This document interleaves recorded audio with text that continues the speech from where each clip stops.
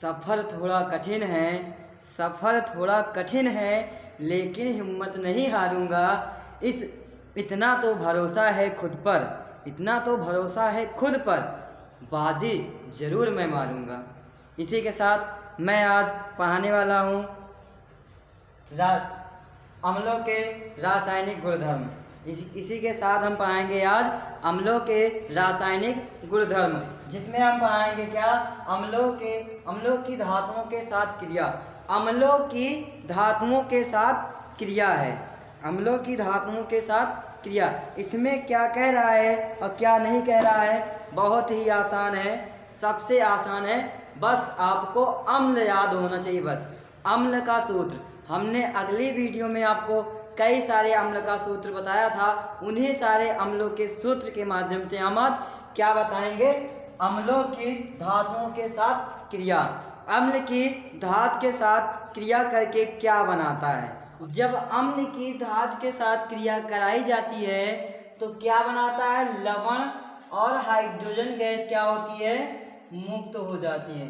तो इसकी परिभाषा बहुत आसान तरीके से हम लिख सकते हैं। आगे हम रिएक्शन भी बताएंगे और सारे अम्ल और धातु भी बताएंगे, कौन से अम्ल हैं कौन से धातु हैं, और अम्ल और धातु की क्रिया कराई जाती है तो लवण और हाइड्रोजन गैस मुक्त होती है। लवण प्राप्त होता है तथा हाइड्रोजन गैस क्या होती है, मुक्त हो जाती है। तो परिभाषा क्या लिखेंगे, अम्लों की क्रिया धातुओं के साथ कराने पर लवण प्राप्त होता है तथा हाइड्रोजन गैस मुक्त होती है। तो इस अभिक्रिया को क्या कहते हैं, पाठ 1 में विस्थापन अभिक्रिया। विस्थापन अभिक्रिया किसे कहते हैं, अधिक क्रियाशील यौगिक कम क्रियाशील यौगिक को हटाकर उसका स्थान ग्रहण कर लेता है, जिसे विस्थापन अभिक्रिया कहते हैं। तो वही चीज है यहाँ पर भी रिएक्शन के द्वारा हम आगे बताएंगे। अगर आपको लगे कि वीडियो बहुत लंबी जा रही है तो वीडियो लंबी नहीं, आप अगर इस वीडियो को पढ़ लिए तो आप 3 चैप्टर पढ़ लिए, पहला चैप्टर, दूसरा चैप्टर और तीसरा चैप्टर। जब आपको एक हेडिंग में 3 चैप्टर पढ़ने को मिल रहा है तो क्यों एक वीडियो को छोड़ दिया जाए। एक वीडियो में 3 चैप्टर जब पढ़ा जा रहा है तो एक वीडियो आपके लिए कितना इम्पोर्टेंट हो सकता है, बहुत ही ज़्यादा इम्पोर्टेंट, क्योंकि एक एक पॉइंट बेसिक से स्टार्ट होगा। ये वीडियो क्या होगा, बेसिक से स्टार्ट होगा और आपको 3 चैप्टर के बारे में यहाँ पर पढ़ाया जाएगा। यही चीज़ धातु अधातु में भी यही चीज़ आप करेंगे, नहीं तो आप जा करके देख लीजिएगा, ठीक। तो यहीं के आगे हम वीडियो को आगे स्टार्ट करते हैं। और क्या नहीं बनाता है, यहाँ हमें जानकारी होनी चाहिए क्या, अम्ल क्या है और धातु क्या है। क्या जानकारी होनी चाहिए, अम्ल और धातु के बारे में। अम्ल और धातु, जब हमें अम्ल और धातु पता होगा तो हमें रिएक्शन करने में ज़्यादा कठिनाई नहीं होगी। क्या पता होना चाहिए, अम्ल और धातु। अम्ल का सूत्र बहुत ही आसान है, बस याद करना है। और धातु जो है वो धातु हमें परमाणु क्रमांक याद करके इलेक्ट्रॉनिक विन्यास आएगा, जब आ जाएगा तब हमें पता चल जाएगा कि कौन सा तत्व धातु है और कौन सा तत्व अधातु है। जब हमें धातु और अधातु पता होगा तभी हम इस रिएक्शन को कर सकते हैं। और इसकी परिभाषा भी हेडिंग में ही छिपा है, ना कि हेडिंग से हमें याद करना है। सिलेबस से तो हमें याद ही नहीं करना है, बस हेडिंग में ही है, हेडिंग से हमें याद करना है और हेडिंग से ही परिभाषा बनेगा और परिभाषा से ही रिएक्शन बनेगा। हेडिंग में सब कुछ है, अम्ल भी है, धातु भी है और हेडिंग में ही रिएक्शन है और हेडिंग में ही परिभाषा है। देखो हम कैसे करते हैं, बहुत ही इजी कर देंगे। अम्ल क्या है, अम्ल का सूत्र हमने इसके पहले एक वीडियो बनाया है, उसमें जाकर आप देख सकते हो। नहीं देखने की इच्छा है तो यहाँ पर भी हम बता देते हैं। चलिए, अम्ल का सूत्र पहला है HCl, दूसरा है सल्फ्यूरिक अम्ल, हाइड्रोक्लोरिक अम्ल, सल्फ्यूरिक अम्ल और तीसरा है नाइट्रिक अम्ल HNO3। चौथा है हमारा एसिटिक अम्ल जो है CH3COOH। ये है हमारा एसिटिक अम्ल। अब धातु किसे कहते हैं? सबसे पहले जानेंगे धातु किसे कहते हैं। धातु का मतलब ये होता है कि जब हम इलेक्ट्रॉनिक विन्यास करते हैं तो उसके बाह्यतम कोश में एक, दो और तीन इलेक्ट्रॉन उसके बाह्यतम कोश में प्रवेश करता है तो ये सब क्या करते हैं? इलेक्ट्रॉन को त्याग देते हैं। जब त्यागते हैं तो यही क्या होते हैं? इन्हीं को क्या कहते हैं? धातु कहते हैं। क्या कहते हैं? धातु। अब कौन कौन से तत्व इलेक्ट्रॉन त्यागते हैं उसे हम इलेक्ट्रॉनिक विन्यास करने के बाद ही जान सकते हैं कि कौन कौन से तत्व इलेक्ट्रॉन त्यागते हैं। आप इलेक्ट्रॉनिक विन्यास करेंगे, हमने एक वीडियो बना दिया है, आगे जा करके आप देख सकते हो। ठीक, यहाँ पे बताएंगे तो बहुत ये टॉपिक छूट जाएगा और यही फिर चलेगा। तो यहाँ पे हम जो जो त्यागता है, जो धातु है वही लिखते हैं। तो पहला है हमारा सोडियम। सोडियम से ही स्टार्ट करते हैं क्योंकि हाइड्रोजन जो है इसमें मिल गया है, इसलिए हाइड्रोजन को नहीं लिया जाएगा। हाइड्रोजन भी धातु है, वो सदैव दाता होता है, तो वो हमेशा सदैव दाता होता है, तो उसे धातु में कम गिना जाता है, बाकी अम्ल में और अन्य सारे सूत्रों में वो गिना जाता है, लेकिन धातु में वो नहीं लिया जाएगा। तो सोडियम हो गया, सोडियम, मैग्नीशियम और aluminium, potassium, calcium, copper, zinc, यही सारे क्या हैं? धातु हैं। क्या है? Sodium, magnesium, aluminium, potassium, calcium, copper, zinc, ये सब क्या है? धातु हैं। अब इन सब के हमें पहले क्या पता होना चाहिए? संयोजकता क्या है।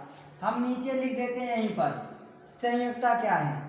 Na का है 1, मैग्नीशियम का है 2, एल्युमिनियम का है 3, पोटेशियम का है 1, कैल्शियम का, कॉपर का, Zn का, जिंक का, इन सब का 2 होगा। किसका? इन सब का 2 होगा। क्या है? सोडियम, सोडियम का 1 है, सोडियम की 1 संयुक्ता है, मैग्नीशियम की 2 है, एल्युमिनियम की 3 है, पोटेशियम की 1 है, फिर उसके बाद में कैल्शियम, कॉपर और जिंक, इन सब की 2 है। ठीक, और कौन से तत्व जो होते हैं धातु कहलाते हैं? जिसके बाह्यतम कोश में 1 इलेक्ट्रॉन, 2 इलेक्ट्रॉन और 3 इलेक्ट्रॉन होता है, उसे क्या कहते हैं? धातु कहते हैं। ये धातु की परिभाषा होती है वे तत्व जो इलेक्ट्रॉन त्याग कर धन आयन बनाने की, क्या बनाने की? धन आयन बनाने की प्रवृत्ति रखते हैं, उसे धातु कहते हैं। वे तत्व जो इलेक्ट्रॉन त्याग कर, त्यागने का मतलब होता है कि दे करके किसी और को दे दे, किसी और तत्व को दे दे, त्याग कर धन आयन बनाने की प्रवृत्ति रखते हैं, उसे धातु कहते हैं। ठीक, अब चलते हैं अपने रिएक्शन पर। ठीक, सबसे पहले हम क्या करेंगे? कितने तत्व हमने लिया है धातु में? 1, 2, 3, 4, 5, 6, 7 तत्व, 28 रिएक्शन। 7 तत्व कितने हैं? धातु हमारा कितना है? धातु हमारा है 7 और अम्ल हमारा है 4। दोनों का गुणा कर देते हैं, 7 गुणे 4 बराबर 28। 28 रिएक्शन आपको एक हेडिंग में करना है, एक हेडिंग में 28 रिएक्शन करना है। 28 रिएक्शन अगर आ गया तो आप पहला चैप्टर याद करने की जरूरत नहीं है, इसी में हम पहला चैप्टर भी कंप्लीट कर देंगे, क्योंकि एक चैप्टर में अगला चैप्टर भी हम कंप्लीट कर देंगे, चाहे आप वहाँ जा करके आप पढ़िए या ना पढ़िए, हम यहाँ पर भी आपका पहला चैप्टर कंप्लीट कर देंगे। पहला चैप्टर का नाम है पहला चैप्टर का नाम है रासायनिक अभिक्रिया एवं समीकरण। रासायनिक अभिक्रिया एवं समीकरण, उसमें से कुछ न कुछ टॉपिक हम आपको यहाँ पर पढ़ा देंगे। ठीक, पूरा सिलेबस तो नहीं पढ़ा सकते, लेकिन इसमें से कुछ न कुछ टॉपिक भी पढ़ा देंगे और रिएक्शन भी, यही सारे रिएक्शन पहले चैप्टर में भी किया जाता है। ठीक, चलते हैं हम रिएक्शन करते हैं। पहले क्या करेंगे, सोडियम की क्रिया इन चारों में कराएंगे। किसका? सोडियम की क्रिया हम चारों में कराते हैं तो क्या रिएक्शन बनता है, चलिए देखते हैं। पहला रिएक्शन है सोडियम धातु की क्रिया हाइड्रोक्लोरिक अम्ल के साथ कराते हैं। हाइड्रोक्लोरिक अम्ल के साथ कराएंगे तो क्या बनेगा, बहुत ही आसान है। क्या है? बहुत ही आसान है। चलिए देखते हैं कौन सा तत्व धातु है और कौन सा तत्व अधातु है, उसी को देखकर हम सॉल्व करते हैं। तो सोडियम क्या है? पॉजिटिव है, हाइड्रोजन भी पॉजिटिव है, क्लोरीन निगेटिव है। क्लोरीन क्या होता है? ये इलेक्ट्रॉन ग्रहण करता है, इसलिए निगेटिव चार्ज लगा, और ये दाता होता है। ठीक, तो क्या करेगा, ये पॉजिटिव वाला निगेटिव के साथ जुड़ जाएगा तो क्या बना देगा, NaCl बना दिया। क्या? लवण। आगे हम पढ़ेंगे लवण, सोडियम क्लोराइड कैसे प्राप्त किया जा सकता है, जो कि हमारा है साधारण लवण। यही अम्ल, क्षार तथा लवण ही चैप्टर में है। क्या?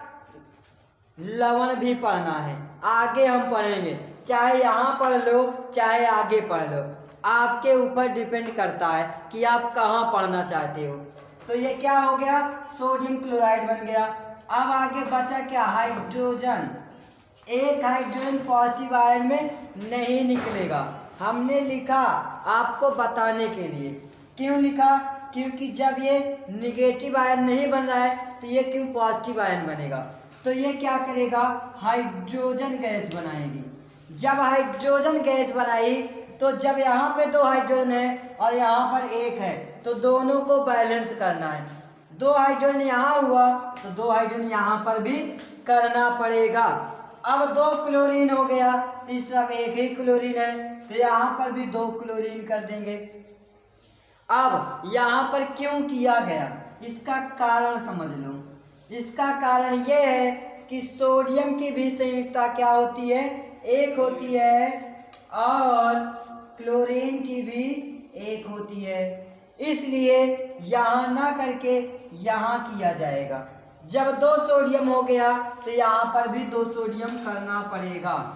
तो ये रिएक्शन हमारा हो गया कंप्लीट। अब चलते हैं सोडियम की क्रिया सल्फ्यूरिक अम्ल के साथ कराते हैं। ठीक, चलते हैं सल्फ्यूरिक अम्ल के ओर।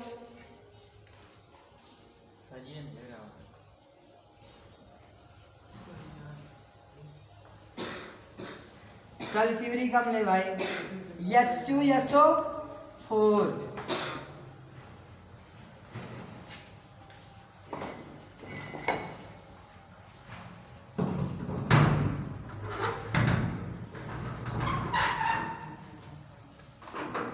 भैया कल कहीं नहीं आया? कल लेट नहीं है, रात में नटंकी देखबे तो का होई। सर जी आज जब पढ़ा गया तो ये खाद लग गई। हाँ तो वही। चलिए, सोडियम की क्रिया किसके साथ करानी है, सल्फ्यूरिक अम्ल के साथ कराना है। तो कुछ नहीं है, बहुत आसान ट्रिक है। ये पॉजिटिव और ये निगेटिव। पॉजिटिव वाला क्या करेगा, हाइड्रोजन को हटा देगा। यहाँ पे अभिक्रिया हो रही है विस्थापन अभिक्रिया। विस्थापन अभिक्रिया किसे कहते हैं, वे तत्व अधिक क्रियाशील यौगिक, क्या है, अधिक क्रियाशील यौगिक कम क्रियाशील यौगिक को हटाकर उसका स्थान ग्रहण कर लेता है, जिसे क्या कहते हैं, विस्थापन अभिक्रिया। चलिए विस्थापन अभिक्रिया करते हैं। सोडियम का परमाणु क्रमांक 11 और हाइड्रोजन का 1 अकेला क्या करेगा, जब 11 उस पर अटैक करेंगे। तो एक अकेला क्या करेगा, डर कर भाग जाएगा। तो यहाँ पर हाइड्रोजन भी क्या करेगा, भाग जाएगा, सोडियम वहां पर जुड़ जाएगा। तो क्या हो जाएगा, Na4 हाइड्रोजन क्या होगा, निकल जाएगा। तो यहाँ पे सोडियम की संयुक्ता होती है 1, कितना होता है 1, लेकिन सल्फेट का होता है 2। कैसे जाने कि इसका 2 होता है, क्योंकि सल्फेट के साथ 2 हाइड्रोजन लगा है और हाइड्रोजन की भी होती है 1, हाइड्रोजन की भी होती है 1। तो हाइड्रोजन की जब 1 होती है तो 2 हाइड्रोजन क्यों इसके साथ जुड़ा है, इसका मतलब यही है कि सल्फेट की संयोजकता होती है 2, कितना 2। तो सोडियम की भी तो 1 होती है, जब सोडियम की भी 1 होती है तो यहाँ पर 2 सोडियम जुड़ेंगे, 2 सोडियम यहीं पे लगेगा। जब इस तरफ 2 सोडियम हो गया तो यहाँ पर भी 2 सोडियम हो जाएगा। ठीक हो गया हमारा रिएक्शन। अब चलते हैं अगला रिएक्शन करते हैं।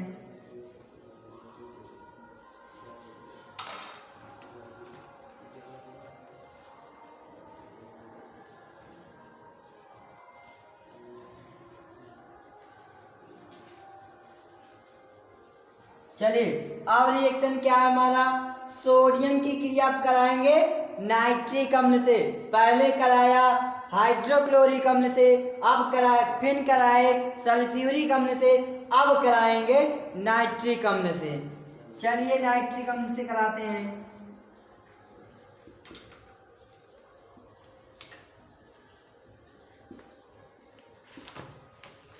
चलिए नाइट्रिक अम्ल आ गया, ये भी बहुत ही इजी है। पहला तत्व पॉजिटिव, इसका पहला तत्व पॉजिटिव, उसके बाद निगेटिव। कोई भी तत्व कोई भी सूत्र हो उसमें हम पॉजिटिव निगेटिव ढूंढना बहुत ही आसान तरीके से ढूंढ करके रिएक्शन को सॉल्व कर सकते हैं। कुछ ऐसे रिएक्शन होते हैं जिसमें पॉजिटिव निगेटिव थोड़ा उल्टा ढूंढना पड़ता है, उसमें यह ढूंढना पड़ता है कि कौन सा तत्व इसमें पॉजिटिव होगा और कौन सा निगेटिव होगा।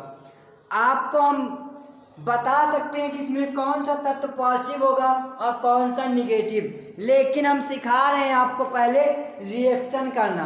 रिएक्शन करना सीख लोगे तो इसके बाद जो हम कराएंगे उसमें पहचान बताएंगे कि कौन सा तत्व इसमें पॉजिटिव होगा और कौन सा निगेटिव होगा। ठीक, पहले रिएक्शन करना सीखते हैं। चलिए कराते हैं।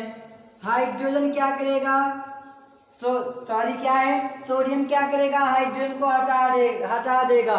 तो सोडियम का परमाणु क्रमांक होता है 11, हाइड्रोजन का 1। तो 11 एक पर अटैक करेंगे तो कमजोर है, भाग जाएगा। तो भगा दे रहा है, क्या बन जाएगा NO3। एक हाइड्रोजन बचा, एक हाइड्रोजन तो निकलेगा नहीं, ये 2 हाइड्रोजन बन करके निकलेगा। जब 2 हाइड्रोजन निकला तो इस तरफ 2 हाइड्रोजन करना पड़ेगा। जब 2 हो गया तो नाइट्रेट भी 2 हो गया, यहाँ 2 से कर देंगे। सोडियम भी 2 हो गया तो यहाँ 2 कर देंगे। ठीक, अब देखो जब नाइट्रेट यहाँ 2 हुआ तो नाइट्रेट को हमें बैलेंस करना चाहिए था ना। नाइट्रेट को क्यों नहीं बैलेंस किया, क्यों पूरे को किया गया, क्योंकि हाइड्रोजन की भी संयोजकता क्या होती है, 1 होती है और सोडियम की भी 1 होती है। इसलिए सोडियम भी इसके साथ एक ही संयुक्ता के साथ जुड़ेगा, इसलिए दोनों को बैलेंस करना पड़ेगा। अगर नाइट्रेट को हम 2 करेंगे तो सोडियम को भी 2 करना पड़ेगा, इसलिए यहाँ पर कर दिया गया। यहाँ जब किया जाता है, यहाँ पर जब गुणा किया जाता है तो वो पूरे तत्व को बैलेंस कर देता है, और जब यहाँ किया जाता है जहाँ 3 है तो यहाँ जैसे 3 किया गया तो ये केवल ऑक्सीजन को बैलेंस करेगा, केवल एक तत्व को बैलेंस करता है जब यहाँ लगता है या किसी भी प्रतीक के बाद लगता है, वो केवल एक तत्व को बैलेंस करता है, लेकिन जब पहले लगता है तो पूरे को बैलेंस करेगा। तो ये रिएक्शन हमारी हो गई कंप्लीट। अब अगला रिएक्शन चलते हैं, करते हैं।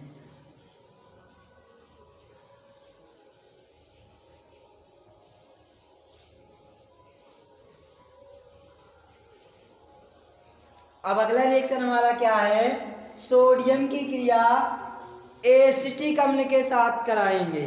किसके साथ, एसिटिक अम्ल के साथ।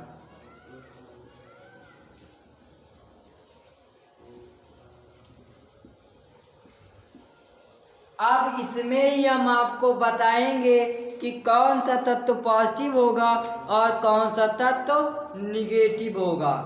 ठीक भाई, चलिए करते हैं। ये तो सोडियम हो गया, पॉजिटिव ही होगा।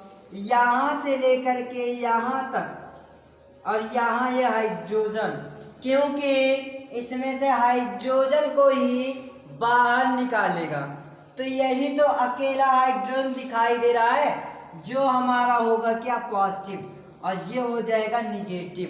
तो सोडियम क्या करेगा, इसके साथ जुड़ जाएगा निगेटिव के साथ।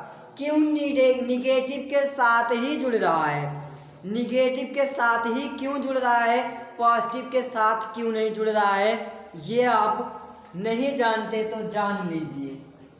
क्योंकि जो चुंबक होता है यस और यन,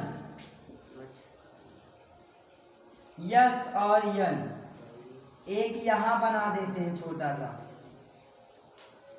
यस यन, यन यस, समान आवेश को क्या करता है, चुंबक प्रतिकर्षित करता है। क्या करेगा, प्रतिकर्षित करेगा, एक दूसरे को धक्का देगा, कभी नहीं चिपकेगा। आप चाहे चिपका कर देख लेना, लेकिन जैसे हम विपरीत आवेश करते हैं वैसे क्या करेगा, चिपक जाएगा, एक दूसरे में क्या करेगा, चिपक जाएगा। तो वैसे यहाँ पर विपरीत आवेश क्या होगा, जुड़ जाएगा और समान आवेश निकल जाएगा। तो हो जाएगा CH3COO Na+H2। अब दो हाइड्रोजन यहाँ हो गया, यहाँ तो एक ही है, इसमें 2 से कर दो, इसमें भी 2 से, इसमें भी 2 से, बैलेंस हो गया। ठीक, अब आप 4 रिएक्शन जिस प्रकार से हमने बताया है उसी प्रकार से आप 24 रिएक्शन कर सकते हैं। जिस प्रकार से 4 रिएक्शन बताया गया है उसी प्रकार से 24 रिएक्शन कर सकते हैं। ठीक, इसमें से हम कुछ रिएक्शन और बता देते हैं, जैसे एल्युमिनियम का और मैग्नीशियम का। जैसे सोडियम का हुआ है वैसे पोटेशियम के साथ होगा, क्योंकि सोडियम का भी एक ही परमाणु क्रमांक, एक ही संयुक्ता होती है और पोटेशियम की भी एक होती है, लेकिन एल्युमिनियम की 3 है ना, तो एल्युमिनियम की बता देते हैं और उसके बाद एक जिसकी संयुक्ता 2 होती है उसकी बता देते हैं, जिससे हमारा ये वीडियो हो जाता है खत्म और ये टॉपिक भी हो जाएगा समाप्त। ठीक, चलिए इसमें हम परिभाषा लिखना भी सिखा देंगे। ठीक, इस टॉपिक में परिभाषा लिखना भी सिखा देंगे। अब क्रिया कराएंगे किसका, मैग्नीशियम की क्रिया इन चारों में कराते हैं। तो क्या बनता है, पहला रिएक्शन कराने से पहले क्वेश्चन कैसे बोर्ड एग्जाम में बनता है वो हम लास्ट में टॉपिक खत्म होने पर हम बता देंगे कि इस पे क्वेश्चन कैसे बनेंगे। तो अब चलते हैं, इसकी मैग्नीशियम की क्रिया किसके साथ कराएंगे, मैग्नीशियम प्लस अम्ल, मैग्नीशियम की क्रिया अम्ल के साथ कराएंगे। मैग्नीशियम की संयुक्ता होती है, बताए हैं वहां पर कितना, 2। ठीक, तो यहाँ नहीं बताने की जरूरत है। तो मैग्नीशियम की क्रिया HCl के साथ कराएंगे, हाइड्रोक्लोरिक अम्ल के साथ। परिभाषा क्या बनेगा, मैग्नीशियम की क्रिया हाइड्रोक्लोरिक अम्ल के साथ कराने पर, अब आगे देखते हैं क्या बनता है। मैग्नीशियम है पॉजिटिव, ये भी पॉजिटिव, ये निगेटिव, पॉजिटिव वाला निगेटिव के साथ। मैग्नीशियम की जब संयोजकता है 2 और क्लोरीन की है 1, तो दोनों बराबर होने चाहिए तभी एक दूसरे के साथ जुड़ेंगे। तो जो कम है, जैसे कि मैथ में होता है कि दोनों पक्ष बराबर होना चाहिए। जैसे मार्केट में जाते हैं, सब्जी खरीदते हैं, तो क्या कहते हैं, अगर एक पक्ष में सब्जी कम हो गई, जैसे कि ये क्या है? तराजू है।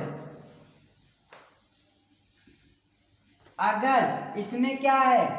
इसमें सब्जी है, मान लो क्या है? सब्जी है। और इसमें क्या है? बाट है 1 किलो का, 1 केजी। ठीक, 1 केजी है। अगर ये कम है और ये क्या ज्यादा है? 1 केजी ये ज्यादा है, तो क्या आप इसे लोगे? कहोगे ना बराबर करिए इसे। बराबर करने का मतलब कि 1 केजी बराबर 1 केजी होना चाहिए। 1 किलो बराबर 1 किलो। तो वैसे 2 है तो ये भी 2 होना चाहिए।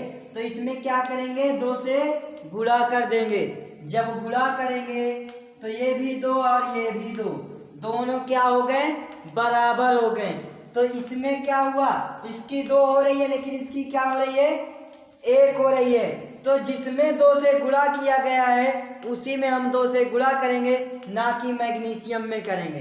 तो इसी में हम 2 से क्या कर दें? गुणा कर देंगे।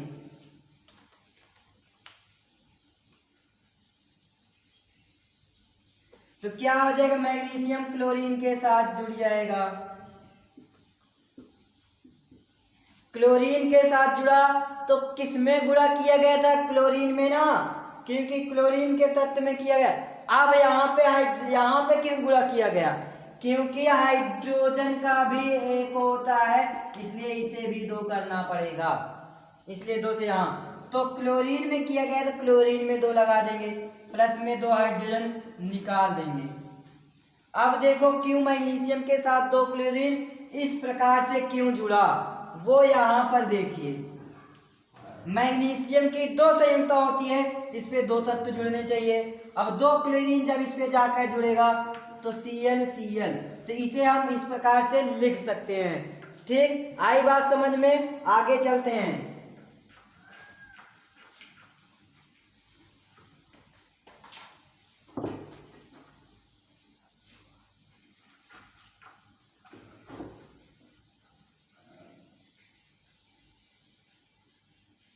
अब मैग्नीशियम की क्रिया कराएंगे सल्फ्यूरिक अम्ल के साथ। दूसरा reaction magnesium plus H2SO4। Magnesium की क्रिया सल्फ्यूरिक अम्ल के साथ कराएंगे तो क्या होगा? इसमें कोई बैलेंस करने की जरूरत नहीं है। तो क्या हो जाएगा? पॉजिटिव और निगेटिव। पॉजिटिव हाइड्रोजन को निकाल देंगे, निगेटिव के साथ जुड़ जाएगा।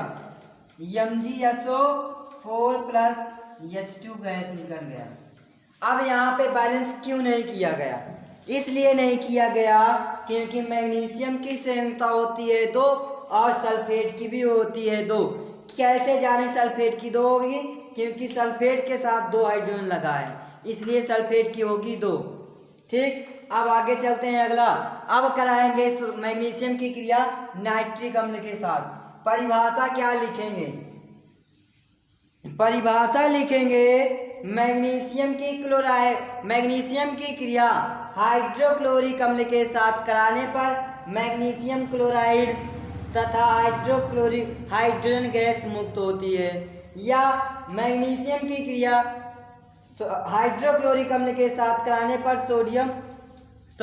मैग्नीशियम क्लोराइड प्राप्त होता है। अब इसमें क्या होगा?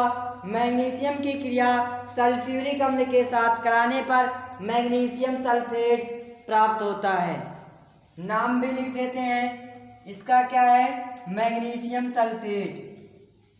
लिखेंगे तो आगे स्थान नहीं है, तो आप समझ रहे हो, मैग्नीशियम सल्फेट। इसका नाम लिख देते हैं साइड में। SO4 का हो जाएगा डबल निगेटिव, इसका नाम है सल्फेट बन जाएगा, सल्फेट। और बाकी मैग्नीशियम तो जानते ही हो। आगे चलते हैं।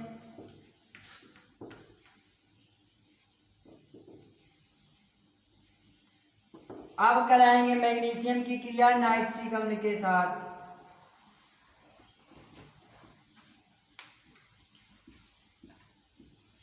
इसमें क्या होगा? पहला तत्व पॉजिटिव, इसका भी पहला तत्व पॉजिटिव और बाकी निगेटिव, पॉजिटिव वाला निगेटिव के साथ। अब देखिए इसमें हमें बैलेंस करना है। नाइट्रेट के साथ एक हाइड्रोजन जुड़ा है, इसलिए इसमें क्या करेंगे, इसे बैलेंस करने ये जो है इसमें जुड़ेगा तो इसकी 2 होती है तो इसे 2 होना पड़ेगा, 2 से कर देंगे तो हो जाएगा MgNO3 प्लस H2 गैस निकल जाएगा। मैग्नीशियम की क्रिया नाइट्रिक अम्ल के साथ कराने पर मैग्नीशियम नाइट्रेट प्राप्त होता है।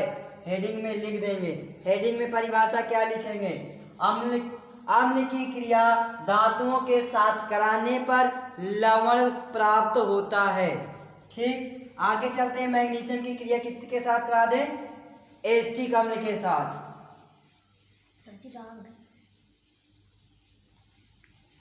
कर दिया नहीं, हाँ। वहाँ पर गलत है, NO3 का होल ट्वाइस।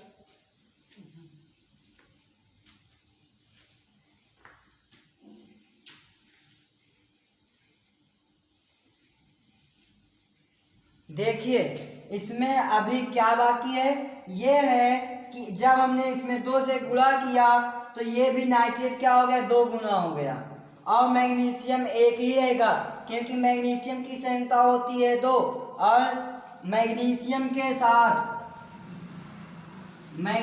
के साथ 2 तत्व जुड़ना है तो 2 निगेटिव यही तत्व है, तो 2 निगेटिव इस पे जब जाकर जुड़ेगा तो किस प्रकार जुड़ेगा, NO3, इसे हम लिख सकते हैं Mg और NO का होल ट्वाइस, तो ये क्या हो जाएगा, होल ट्वाइस हो जाएगा। ठीक, अब चलिए अब आगे क्या कराएंगे, मैग्नीशियम की क्रिया एसिटिक अम्ल के साथ कराएंगे। तो चौथा रिएक्शन जाकर बनेगा मैग्नीशियम प्लस CH3COOH। अब इतना तक तो हमारा क्या हो जाएगा, निगेटिव, ये हो जाएगा पॉजिटिव, और ये तो है पॉजिटिव। हाइड्रोजन की संयुक्ता जब एक हो रही है तो इसके साथ जो एसिटिक अम्ल जुड़ा है वो भी एक ही निगेटिव होगा, और ये 2 है तो इसके 2 ले लेंगे तो क्या बन जाएगा, MgCH3COO का होल ट्वाइस, प्लस में हाइड्रोजन गैस निकल जाएगी। Mg कितने जुड़ेगा इसके साथ, क्या एसिटिक अम्ल है तो ये बन जाएगा एसीटेट। क्या नाम इसका होगा, एसिटिक अम्ल है तो इसका नाम हो जाएगा एसीटेट। कितने का, जितने पर निगेटिव लगा है, जितने पर निगेटिव लगा इसका नाम है एसीटेट। तो यहाँ पर कितने एसीटेट जाकर जुड़ेंगे, 2 एसीटेट, क्योंकि मैग्नीशियम की होती है 2, तो क्या हो जाएगा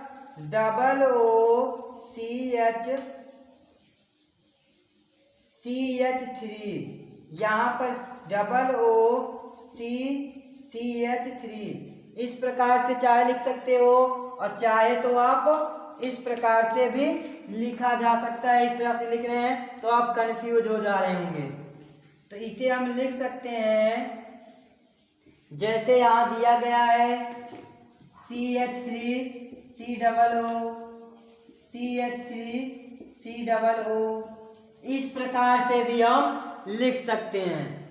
तो हो गया हमारा संयुक्ता 2 के लिए भी। अब 3 के लिए भी बताते हैं जो बहुत ही ज्यादा इंपॉर्टेंट है। क्या है, बहुत ही ज्यादा इंपॉर्टेंट है।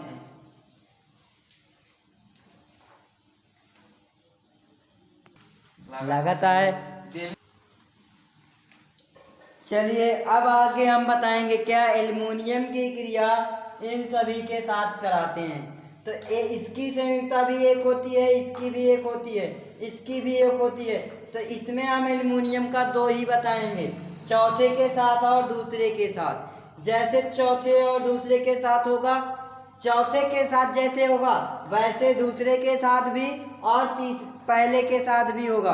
किसके किसके साथ एक ही जैसे होगा, पहला, तीसरा और चौथा, ये तीनों में से एक रिएक्शन बताते हैं क्योंकि लंबी वीडियो हो रही है और इसके साथ तो हम बताएंगे ही।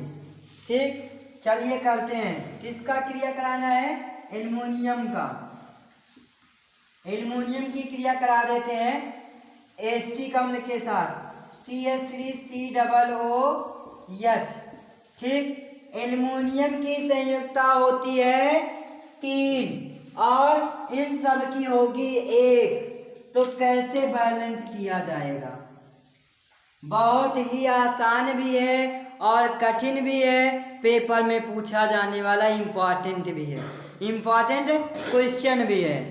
ठीक, तो चलिए करते हैं। एल्युमिनियम की संयोजकता होती है 3 और इसमें से एक तत्व ले लेते हैं, कोई भी हाइड्रोजन, इसका होता है 1। तो इसमें क्या करना है?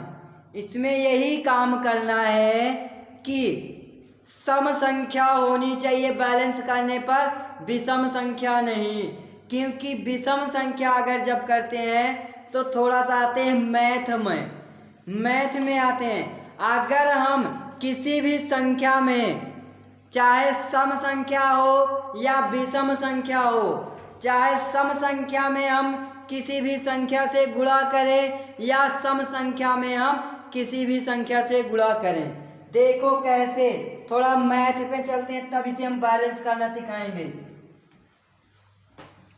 सम गुणे विषम,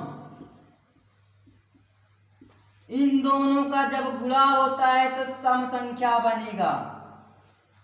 क्या बनेगा? सम संख्या। जब सम और विषम संख्या का गुणा करेंगे तो जाकर क्या बनेगा? सम संख्या बनेगी। कैसे बनेगा चलो करके देखते हैं। ले लेते हैं एक संख्या सम और विषम ले लेते हैं 1, तो बना 2। फिर ले लेते हैं 2, अगला ले लेते हैं विषम 3, तो बनता है 6। फिर ले लेते हैं 2 और विषम संख्या ले लेते हैं 7, बना 14। अगला ले लेते हैं 2, फिर ले लेते हैं 9, तो ये बनेगा 18। फिर ले लेते हैं 2 और 11, हो जाता है 22। फिर ले लेते हैं क्या? 2 और 13, 13 दूना 26, बन रही है ना सम संख्या। आगे भी देखिए अभी 2 ही लिया था, अब लेते हैं 4, उसके लिए भी बनाते हैं।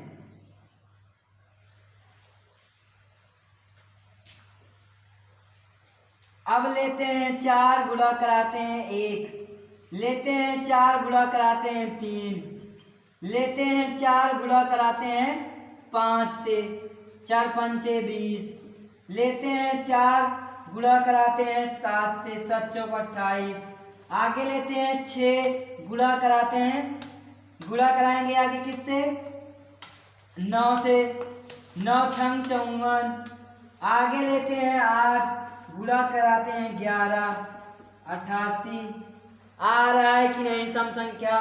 सम संख्या इंटू विषम संख्या इक्वल टू सम संख्या। तो इन सब में हम किन संख्या से गुणा कर दें कि ये क्या बन जाए? सम संख्या बन जाए। इसे सम संख्या बनाना है।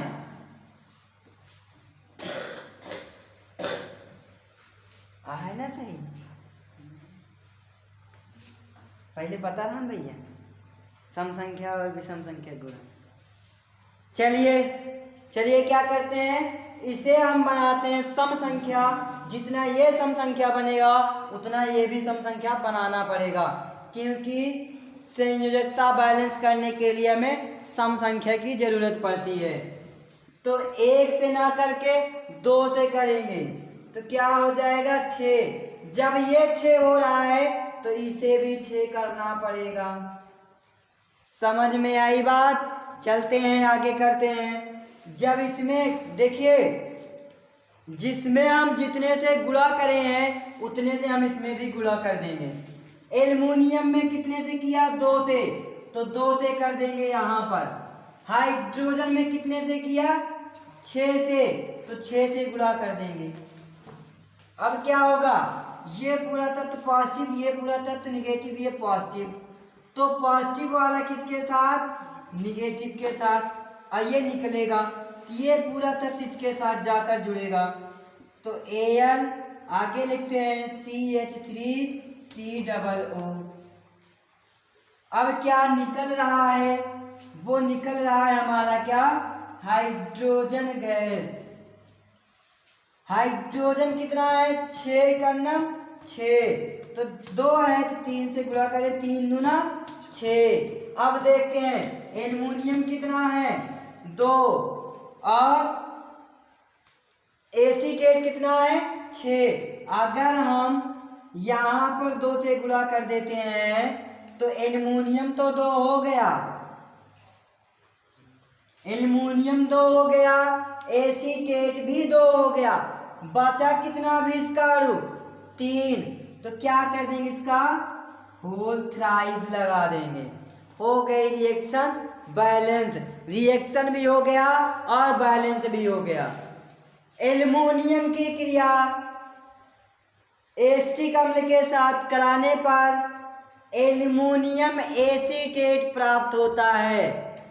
रिएक्शन कंप्लीट, परिभाषा भी कंप्लीट और हेडिंग भी कंप्लीट। अब आगे चलते हैं, एल्युमिनियम की क्रिया सल्फ्यूरिक अम्ल के साथ कराते हैं।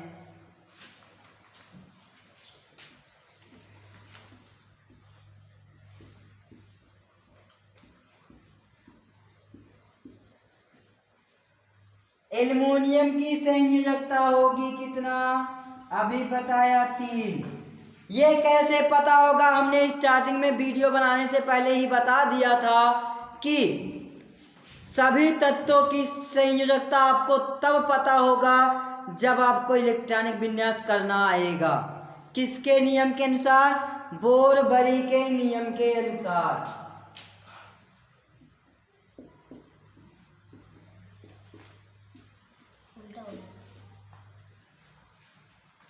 की मात्रा कम रहेगी।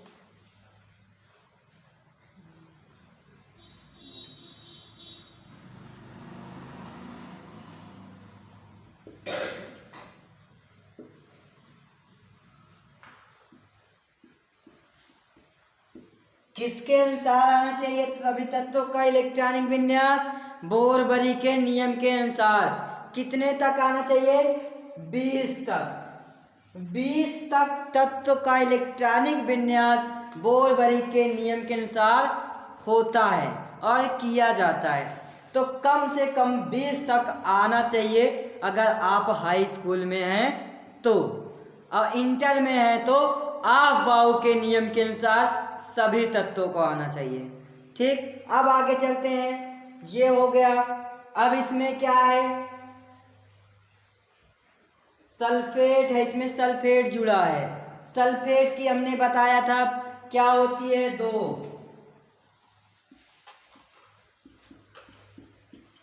कैसे जाने कि सल्फेट का होगा 2, क्योंकि सल्फेट के साथ 2 हाइड्रोजन जुड़ा है, तो हाइड्रोजन का भी 2 हो गया, सल्फेट का भी 2 हो गया, इसलिए ले लिया 2। अब चलते हैं, इसे क्या बनाते हैं, सम संख्या बनाते हैं। ये है विषम संख्या, इसमें सम संख्या से गुणा करेंगे 2 से। ये सम संख्या, इसमें 3 से गुणा करेंगे। हो गया बैलेंस, दोनों बराबर 6-6। जिसमें जितने से गुणा किया गया है उसमें उतने से क्या कर देंगे, गुणा कर देंगे। एल्युमिनियम में कितने से किया गया है, 2 से, 2 कर देंगे। इसमें कितने से किया गया है, 3 से, 3 कर देंगे। अब आगे चलते हैं। ये पूरा तत्व पॉजिटिव, पॉजिटिव और निगेटिव, पॉजिटिव वाला निगेटिव के साथ वो करना है। यहाँ 2 से कर देंगे, यहाँ 3 से, तो ये हो गया हमारा बैलेंस। ठीक, ये टॉपिक यहाँ पे अब होता है समाप्त। अगर आपको वीडियो पसंद आया हो तो हमारे चैनल को सब्सक्राइब करें, कमेंट करें और बेल आइकन को भी दबा दें।